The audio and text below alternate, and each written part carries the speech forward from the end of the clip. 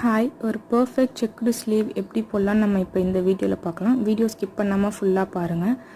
ஒரு கார்டு எடுத்து அதில் உங்களுக்கு எந்த சைஸ் வேணுமோ அதை கட் பண்ணி வச்சுக்கோங்க. எனக்கு 2 சென்டிமீட்டர் போதும், பிகாஸ் நான் பார்டரில் தான் போட போகிறேன்.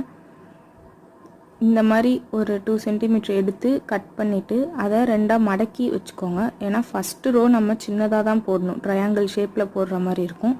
ஒரு ட்ரேசிங் ஷீட்டில் உங்கள் ஹேண்டை மார்க் பண்ணி வச்சுக்கோங்க. நெக்ஸ்ட்டு சென்டர் போர்ஷன், இப்போ இதில் காட்டுறேன்ல, இந்த மாதிரி சென்டர் போர்ஷனில் அந்த ட்ரையாங்கிள் ஷேப் மட்டும் வரையணும்.